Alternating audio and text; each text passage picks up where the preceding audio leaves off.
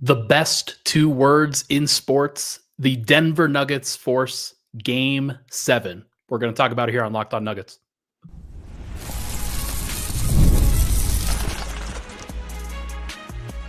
You are Locked On Nuggets, your daily Denver Nuggets podcast. Part of the Locked On Podcast Network, your team every day. Welcome to Locked On Nuggets, your daily Denver Nuggets podcast, part of the Locked On Network, your team every day.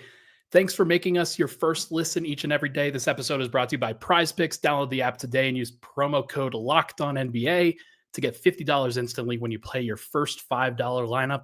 Prize Picks, run your game.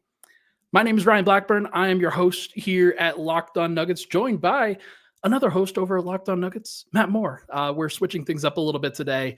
I'm going to drive for this one. We'll see what happens and whether this is something we continue going forward or not. But we're just going to have a different time, different fun. And what a win! What a win that we get to talk about, Matt. Game 6, Denver. Win or go home. Obviously, no better place for the Nuggets to be in their franchise history is win or go home with the Jokic Murray Nuggets at this point. What's your takeaway from the energy and the vibe at Ball Arena? First out, shout out to Ball Arena, man. I mean, every time I go in there and it's like this, I just remember when it was 2,000 people and us just like, you could hear the coach call outs, and to see where this crowd has gotten to, it is legitimately one of the loudest arenas I've been to in my time. Like, it's up there with OKC and Oracle and those kind of buildings. Like, tonight's energy was just through the roof, and it was such a great crowd, and it really did help, I think, the players be able to push through and get this win to force a Game 7. Absolutely incredible atmosphere. Julian Strawther, what a game. Just tremendous. So happy. So freaking happy for Julian. A great performance by Jokic. A great gutty performance by Jamal Murray. The Nuggets defense, I thought, really stepped up. But I think their offensive execution was just great in this game. Peyton Watson. I was thinking on the way home, like, this was a game of heroes. And there was just like a lot of heroes in this game, which is what you need if you're going to force a Game 7 against a team this good. 100%. Game of heroes, I think, is an interesting way to play it because Denver has been in this situation before. They've obviously been in this closeout situation where they were on the other side of it in Game 6 in LA in the first round, didn't get it done at that point. I think they know what it takes. They have so many different layers of experience that they were able to pull on. I asked Jamal Murray post-game what gives them the ability to be as resilient as they need to be. And he said, because we're down all the time, which I think is just a hilarious way to frame it, a hilarious way to put it. Denver is frankly down all the time. And that's something that they have learned to accept. It's something that they have learned to manage. And even when they were down, they got down, I think, by as many as like 12 points in that late first half. They immediately went back on a run, and there was a big moment where Shai Gilgeous-Alexander picked up his fourth foul, and the Nuggets immediately kind of flipped the script on this game. And then from then on, it just felt like Denver had the momentum and carried it through. They finished quarters really well. They finished each and every quarter, I thought, really well. They only had really one bad stretch, and that was that start of second quarter in the rust minutes and where they gave it up. But they finished the second quarter really well. They finished the third quarter really well, and they finished the fourth quarter really well. And those three finishes really, I thought, created enough separation to where OKC was kind of always trailing. Yoke talked about that post game about how this was the first game where it felt like we had a lead and we could hold it. Yeah. And that was, they made enough plays and did the things that they needed to in order to get the win. And so I thought that their composure was really good in this game. I thought their intensity was really good in this game. And they got the contributions from other guys. To me, I'm always ragging on John Corrales from Locked On Celtics over at Locked On NBA, which I do the show daily. Because John has said the words, "This was the best win of the season," like 18 times. And so we're always joking. We're like, John, they can't all be the best win of the season. This is the best win of the Nuggets season. It really was. You get the monster Joker game. He was terrific. Controlled the game on all levels. Jamal, you had a great game from Jamal, especially given how sick he was because he was fatigued. But he still hit a lot of really huge shots and made a lot of big plays. That layup at the end where he screamed, and then he screamed at the crowd. Did that. You got double-digit performances from Christian Brown and MPJ, so two other starters gave you double digits. and then you got the Julian Strawther game. And Peyton Watson, I thought, was tremendous tonight. So you got complete contributions from so many players against this team when your season's on the line. Yeah, Game 6 was the best win of the season. Huge stuff. We focus in. I want to focus in on Julian Strawther in the second segment, just like give him that full shine. Jokic to me looks like he solved a lot of what OKC is about to bring at him. What they brought at him through games 2, 3, and 4. It certainly feels like game 5 was the dam breaking on Jokic's performance, and then game 6 I think was just another microcosm of that. Another big stat for him in this one: one turnover for Jokic in a very important moment. Murray had 5. I thought he was a little sloppy with the ball, but it's completely understandable given the circumstances. But Jokic was tremendous throughout this game, and every single time they needed the ball to go to the right spot, he was delivering it there, whether it was him delivering the ball into the basket or it was him making the pass, whether to Julian Strawther or Christian Brown or Aaron Gordon or Michael Porter, whoever it needed to be.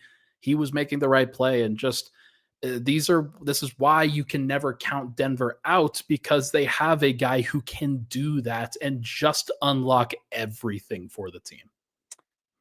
So you kind of mentioned some of that there about making the right play, but I kind of want you to dig in a little bit more. Like, what did you think Joker? How do you feel like Joker really shaped this game tonight? I thought so many times, they go to the post a lot with him, and OKC is tilting the floor so often. And whether it's the 14 shots for Jokic is so low just in comparison, but every single time he touched the ball, it was with a position and intent to make a play into the middle of the floor to score. The only time where he didn't really do that was when he turned baseline for a very important jump hook over Hartenstein. Sometimes you just need to get your stars in the middle of the floor, and SGA and the Thunder usually do that so well. And SGA was great tonight. But Jokic just so often earlier in this series, he was spinning baseline. They were drawing doubles to him. He was caught in no man's land under the basket, never in a really comfortable spot for him to shoot. I just thought that the way he maneuvered around the floor tonight, placing himself into positions where he could just get right to the front of the rim, super, super subtle, super, super important. Yeah, he was, he made some tough finishes. One of the things that I asked about post game was in the second quarter, Gordon and Watson drew a bunch of fouls, which meant that when Jokic got back in, he was able to attack them to get them into the bonus. And that's part of the reason how Jokic wound up with 12 free throws. In this one, he had 2 steals and a block, and I thought that his defense at the end of the game, especially on Isaiah Hartenstein, Hartenstein in this game was 4 of 4, but I feel like they were all early. He didn't do much. He had 2 slip dunks in the third when Mark Daigneault called timeout and then started having them attack more underneath on slips. But in general, I thought Jokic's interior defense was tremendous tonight. So he balanced on both ends. He was able to drive, attack, draw fouls, make shots, and set up teammates. You have the complete package from Joker, and that was a really special performance. I thought they managed the whistle well tonight. I thought they dictated the whistle in a lot of these ways, just attacking pretty relentlessly, getting downhill. And I do want to the refs, nobody's ever going to be happy with the whistle that anybody gets. I think OKC is probably going to feel like they were cheated out of a win tonight because Shai Gilgeous-Alexander picked up 4 fouls in the first half. So, but Denver took advantage of that. They didn't allow that to, they could have let that slip through the cracks. Jokic was certainly one that was able to help them kind of press the gas pedal down.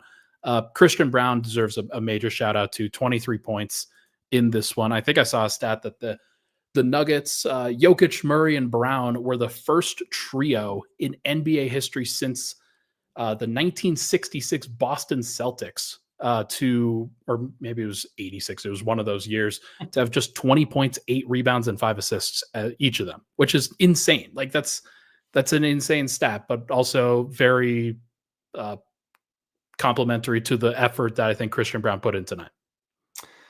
Yeah, SDB was creating stuff off of the steals. He had 3 steals. He had 11 rebounds. I mean, he was battling in this one and really swooping in helped make sure they didn't get those second chance opportunities. So many of these possessions are just both teams are fighting so hard for rebounds. This has been a hard rebounding series. Yeah. And I think CB really helped in that regard tonight. I'll tell you what, let's take our first break. When we come back, we will chat about the main man of the hour, the unsung hero that definitely sung the praises in Game 6, Julian Strawther. We'll be right back here on Locked On Nuggets. Basketball season's at its peak, and with the playoffs heating up, now is the time to put your sports knowledge to work with Prize Picks, the top platform for daily fantasy sports. Prize Picks makes it easy. You just pick more or less on at least 2 player projections, and you're in. Whether it's points, rebounds, or assists, you've got a shot to win up to 2,000 times your entry. So I was on Michael Porter Jr. less in Game 5 and more in Game 6 because I thought he was going to get the shot of light again, and he did, and then he went and had more than what his line was. So I think he said tonight he's probably going to get the lidocaine injection in Game 7. I don't know if he's going to be able to, so I'm going to probably hold off on that. One thing I will be on is J-Dub assists. He's been, I think, really distributing well for OKC, even though he shot terribly tonight. For a Game 7, how do you not go with more for Nikola Jokic? I mean, you know that Jokic is going to have a monster game. Download the app today and use code LOCKEDONNBA to get $50 instantly after you play your first $5 lineup. That's code LOCKEDONNBA to get $50 instantly after you play your first $5 lineup. Prize Picks. Run your game. We'll be right back on Locked On Nuggets. Back at it, Locked On Nuggets. Thanks for making us a part of your day. Let's chat now about the main man, Julian Strawther, who 100% deserves all of the praise for being able to step in, hit some big shots in a clutch situation.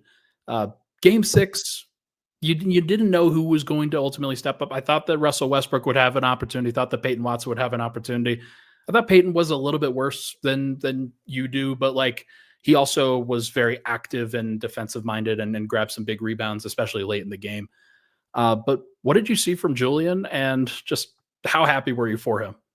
Yeah, just thrilled. Strawther has done all the things for him to be part of this team and part of this rotation. And I got asked by several people in DMs tonight, like, do you think Malone would have played him? And I understand anybody that was like, that would have said no, he would have just gone with Russ. I get that. I will say that I think Julian had done the things that Malone asked, and that's why he was actually in kind of a more solid spot throughout the season than Peyton was.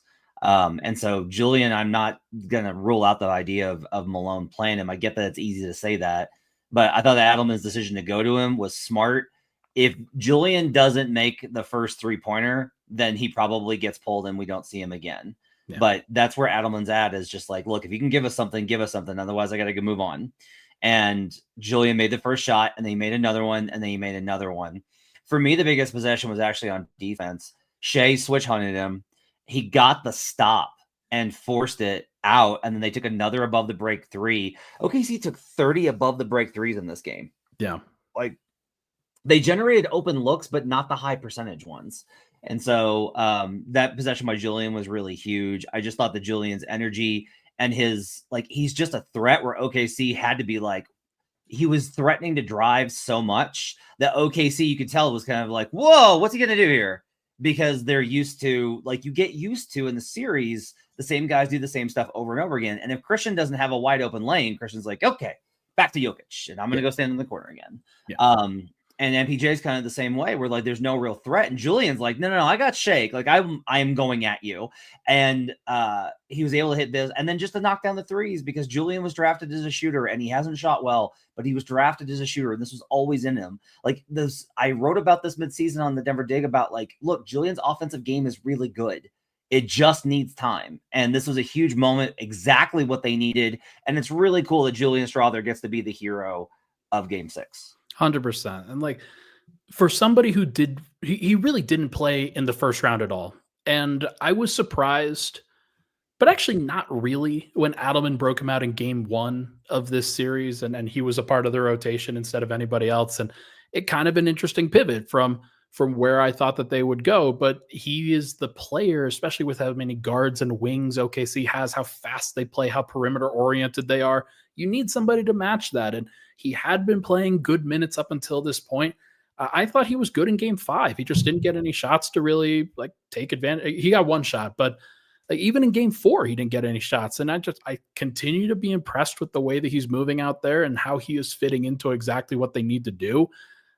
It's just, you always love when guys like this get to have that moment, because like we've talked about, it's always about the starters. It's always about Jokic. It's always about Murray, and it should be based off of just the way that this thing goes. But you always have heroes that pop up from different spots, from different areas on the team. And tonight it was Julian's night, and he completely deserves it. I'm going to remember this game for a long time, especially, and you're going to have to fight me on this when I decide, yeah, hey, you know what? Maybe I should trade. Maybe I should go with a couple of different guys. Maybe I should sign a veteran wing. Or maybe they just commit to Julian, man. Who knows? Yeah, I mean, I think all things are on the table, but I do think that one thing is to me, this showed that Julian's got the ability to be in this league. And I was always kind of confident Julian was going to wind up being in this league, but tonight to me, it was like, all right, yeah, okay. If he can come in cold and have this type of performance in a game 6 in an elimination game, then Julian Strawther is made of the right stuff. I thought that Strawther was just terrific in this game. And it was really important because it was clearly not a Russ game. Very early on, it was pretty clearly not a Russ game. They needed somebody else to step up in that moment, because just Well, I would just say that putback by Russ at the end was a massive play. I will agree. And it's like, just that's the kind of hustle that he's going to give you, even when it's not his night. And it wasn't his night. He made some bad mistakes, but overall, this is why, like, you have to have more than 6 guys in your rotation. You just have to have more than 6 guys that you can trust. And that's I think a very, very important moment, and very, very important moment for the Nuggets overall. Jamal Murray, we should probably circle back to a little bit. He looked horrible, like in like throughout this game, just sag. Like, I know that they showed a couple of shots of him on the sideline as well, just looking like completely messed up. He always digs deep in these moments, man. And having somebody who you can trust in those moments, very, very important. Oh yeah, I do agree with for whatever reason, they do not use Russ as a primary defender on Shea as often as I think that they should. He is a good help defender, but I think they should use him on Shea more in game 7. I think Jamal, it was interesting that you and I didn't really agree on how Jamal looked tonight, because I thought that he looked I thought the shorts were shot in the 3rd, but I thought he played with a lot of verve. I thought he played with a lot of control. I think he has this entire series. I think this has been a really good Jamal Murray series from start to finish. I really do. I just think that he's played with the right composure, the right control. I think he has shaped the game more over the course of the series than Jokic has. When Jokic has been good, he shaped the game more because Nikola's Nikola. But I think that Jamal has been really consistent in how he's managed the game, managed the offense. Then, let's slow it down, let's reset, while also playing with a good pace. Jamal had 25, 8, and 7 tonight.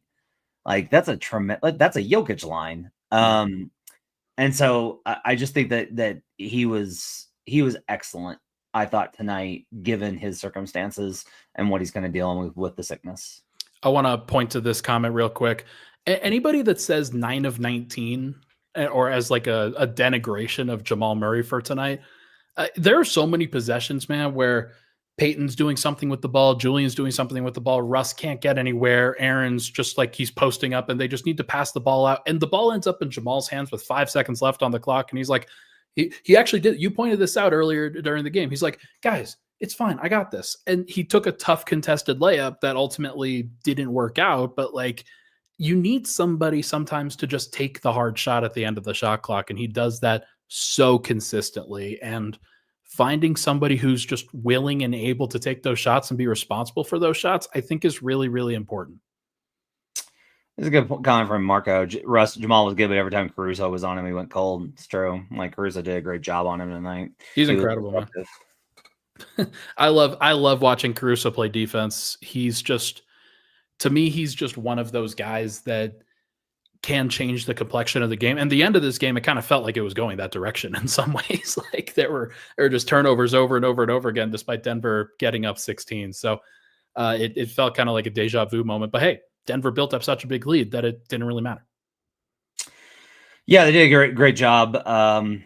I thought of closing that game. It got tight, but even then they were like OKC's pressure is ridiculous. Like, they just have such good ball pressure. I've never seen a ball hawk team this much. And I understand that fans feel that they're all just fouls, but to me, it's like it's close. That's why they draw a lot of fouls. Like, that's one of the things is I've been pretty unforgiving with Thunder fans because I'm like, look, guys, I think sometimes you get a bad whistle. Like, I think small markets get a bad whistle, but also like if you guys are going to play the style, you're going to pick up a lot of fouls. Like, that's part of the equation here is like, you're not always going to come out on the right end of it. But their ball hawking is really good. But I thought the Denver's composure to hold on, not really let this get scary close, I thought was really good. Well, now we get to talk about the best 2 words in sports, Game 7. On the other side, why don't we talk about just how resilient these Denver Nuggets are and the best 2 words in sports. We'll be right back here on Locked On Nuggets. There's nothing like the NBA playoffs. The intensity, the buzzer beaters, the fans losing their minds. You can see all of that tonight at Ball Arena. It's the kind of atmosphere that you must experience live, and this year's matchups are already delivering. If you want in, Game Time makes it fast and easy to get seats even for the biggest playoff games. Prices on the app actually drop closer to tip-off, and with killer last-minute deals, panoramic seat views, and no surprise fees, Game Time is a total game changer. You can catch so many great events this summer. If you want to go see a Rockies game, if you want to catch maybe the Nuggets, if things go well on Sunday, if you want to catch concerts, theater, all these types of things. Met so many great people this week at the Nuggets games. Jason, who came up to say hi to us tonight, longtime listener. All these folks that come up and say how much they like the show, and they've been listening for so long, and they're an everydayer. We really appreciate those guys. If you want to join that experience, you can do it with Game Time. The NFL schedule release just dropped, and you better believe that you can start looking at all the great games that you want to catch for the Broncos this season. Game Time makes scoring NFL tickets super easy. You'll find great seats as low as $100 thanks to exclusive discounts. Take the guesswork out of buying tickets with Game Time. Download the Game Time app, create an account, and use code LOCKEDONNBA for $20 off your first purchase. Terms apply. Again, create an account and redeem code LOCKEDONNBA for $20 off. Download the Game Time app today. Last minute tickets, lowest price guaranteed. We'll be right back on Locked On Nuggets. Back at Locked On Nuggets. Thanks so much for being here on this late night, early Friday morning now. Easy Flight says, gonna need Matt to bet against the Nuggets. Well, I was the one who actually did that for tonight over the series. I put together a little parlay for the series spreads, and I had OKC minus 1.5. That did not cash, folks. So Ryan's out of money, and that's okay because the Nuggets are going to, say with me, the best 2 words in sports, Game 7. Matt, the Nuggets are so resilient. They are born in the darkness. This is their 7th Game 7 that they've had to play as a team since Jokic and Murray ultimately got here. Just what do you think? I asked this to Adelman and I asked this to Murray. Just what do you think makes this Nuggets team as resilient as they are? Murray said it was because they're down all the time, but where do you think it comes from? I think honestly a lot of it is Yoke and the fact that he's not dramatic.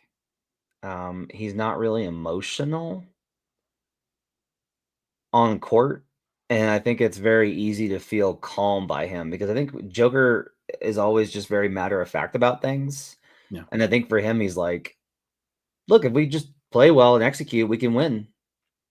Okay, sure, we're down 15. Teams go on 15. Teams come back from 15 all the time. All right, we're down 7. We haven't played well. Okay, let's play well now. And I think that mentality really helps. I think it's a testament to Joker.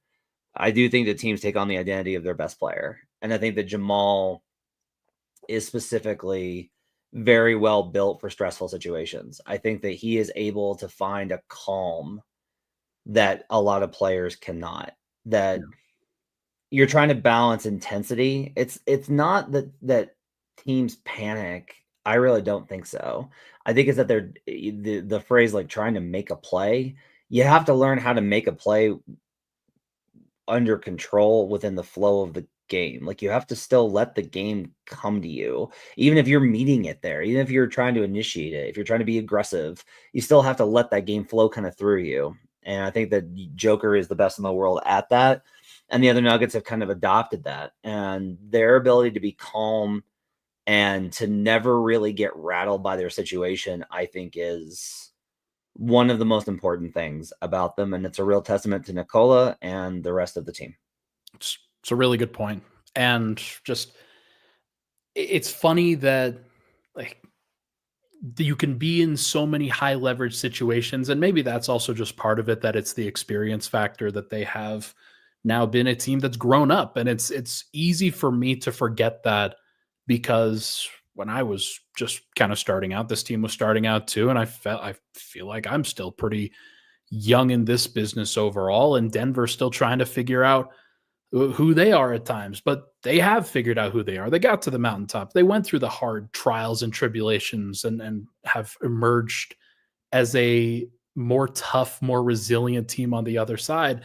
And again, it's just something that I think I underrated based off of their regular season struggles. But it is true that anytime like second night of a back-to-back, like during the regular season, they were crushing it. They did so well in those situations. So it is kind of a, oh, you guys are counting us out kind of thing. All right, well, guess we're ready to prove you wrong again. And that would be it just seems like they're in line for that again. Yeah, I mean, I think that one of the things that's always been true about them is they defy expectations. I think even last year, because we all expected them to win the title, and they defied that. So, like, they are very much committed, I think, to never following the narrative, and they don't get wrapped up in that stuff, and they are who they are, and they're very authentic. And I think that that's one of the best things about them. We should talk about, a lot of people have asked about it, we should talk about the AG situation. Yeah. So Aaron Gordon, late in the fourth quarter, I believe, was seen kind of grabbing at the back of that hamstring, the back of that leg, and he wasn't moving very well throughout this game. I thought he still had a reasonable game, despite the fact that he didn't put up a bunch of points. But because, like, look, 5 points, 7 rebounds, 7 assists, plus 17. It's never going to be something that you like lead the show with, but he was helpful. And one of the reasons why Jalen Williams went 3 of 16 from the field. But it does seem to me like Aaron is like not feeling really great. He talked about it post game and talked about saying he would start the recovery process for that hamstring, and that he would do everything that he could to play in Game 7. But kind of the way he talked about it, not necessarily encouraging, I would say. Yeah, it doesn't sound good. I would say not to panic tomorrow if he pops up as questionable on the injury report. They're going to list him as questionable no matter what to make OKC have to think about it. What if he doesn't start? He may not be able to go the full allotment. Like, you may have to get away with 20 minutes from AG in this one. You got to be careful with this, because if he exacerbates it, you're going to lose him for the rest of the playoffs, even if you do get past Game 7. So there's a balance of like, look, you might as well play because there may not be basketball after this, but also don't tear your hamstring. Like, it's it's tough and it's difficult, and he's had problems that leg all season. The extra day will help a little bit, but it's still only 2 days. Like, he would rest this. If this was a regular season, Aaron would be out weeks. I'm just telling, like, I'm not saying that the injuries, I don't know what the injury is, like how bad it is. I'm just telling you, like, they would be so cautious. They'd be like, yeah, we're going to rest it until he's 100%. And that's just not what you do in the playoffs. That's why you do that in the regular season, is so that they can play now. Some folks had asked in the comments about the Nuggets' performance in day games, because it seems like they're really terrible. So I looked this up, and since 2022-23, okay, in all games, they are 10-10 in games that start before 4 p.m. Eastern. So it's not very high. It's not very high, but it's also not very low. It's exactly even. I don't know how many of those are road away either. Like, that's the big key here, is like on the road. You get a lot of those like at New York at 11:30 kind of games. Like, those are not what this is going to be. Right. And so I think that is probably like a relevant kind of component here. of that. I wouldn't necessarily say that it's like a huge deal for it being. I don't like it being early. I always think Game 7 should be at night. But I also wouldn't like necessarily stress about it as far as the preparation. Like this is a Game 7. They're going to be ready for this. Like it's a Game 7. They're going to be okay from that perspective. So I wouldn't worry about it too much. You're right that 10-10 is well below like they win 70% of their games the rest of the time. So that's a problem. But in general, I think that you're probably okay here. On the roads, they haven't had a road start. This is their first road start with a start before 4 p.m. Eastern since that time. On the road, they're 5-8. So that kind of tells you, like, look, they're not going to win most of the road games anyway, and some of these are like those Knicks games. So I wouldn't worry too much about the early start. So OKC was the best team in the regular season. They won 68 games. They absolutely deserved it. And as David Adelman said post game, they deserve to have home court in Game 7 based off of what they did in the regular season, and the Nuggets deserve to be playing in a Game 7 because of how they have responded to adversity. And I think both of those statements are completely true. What are you looking for in this kind of moments from this team? And what are you looking through OKC? Like, what are you looking for in OKC just based off of them never really being in this situation? I think, somebody had the tweet that the Nuggets have been in 6 Game 7s. And all of OKC's roster has been in 3 combined. And I can name, I think, at least 2 of them, SGA and Dort in the bubble in 2020. I'm sure Caruso was probably in 1.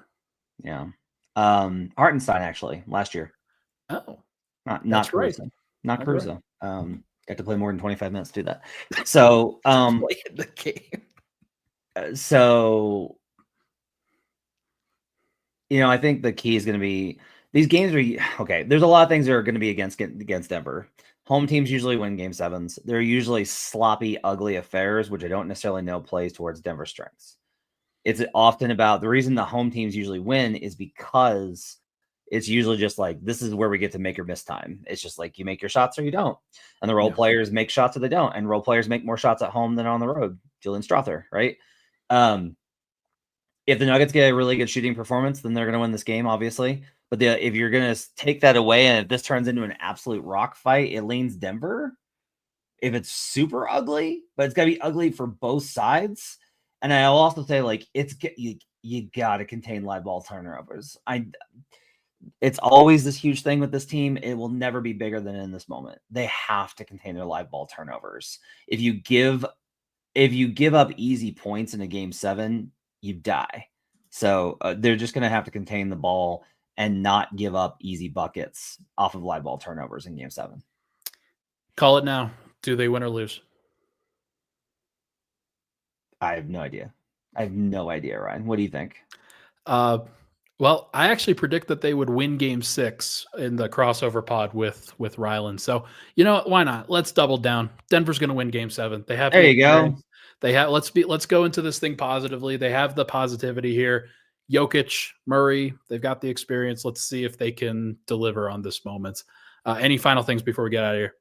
No, I think it's a great prediction. Nuggets fan Ryan Blackburn says Nuggets are going to win. No, I'm just like, the show is by Nuggets fans for Nuggets fans. So there we go. I have no idea. It should be a great game, though. Cannot wait to watch it on Sunday. To be fair, the Nuggets themselves have changed my perspective. I did not expect them to get to this point, but now that they are here, I think that they have an opportunity to get it done. So we'll see if they can. Sorry. I'm getting balked, and nobody calls me chicken, much like Marty McFly. So here, because what do we call the show, Ryan? This is no jinx. Look, the Thunder are going to win Game 7. Home teams win Game 7s. Okay, the Thunder are the best team. They have the best point differential in NBA history. You got a terrible shooting performance tonight from Jalen Williams. You got Julian Strawther to step up. Thunder winning Game 7. I don't see any way that goes wrong. That'll do it for this episode of Locked On Nuggets here. Thank you guys for making us your first listen. Tune in on Sunday nights when we react to the Denver Nuggets Game 7 performance against the OKC Thunder. Thanks, everybody. Have a good one. Go read Ryan's column over at Mile High Sports off this game. It's really good. Thank you. I appreciate it.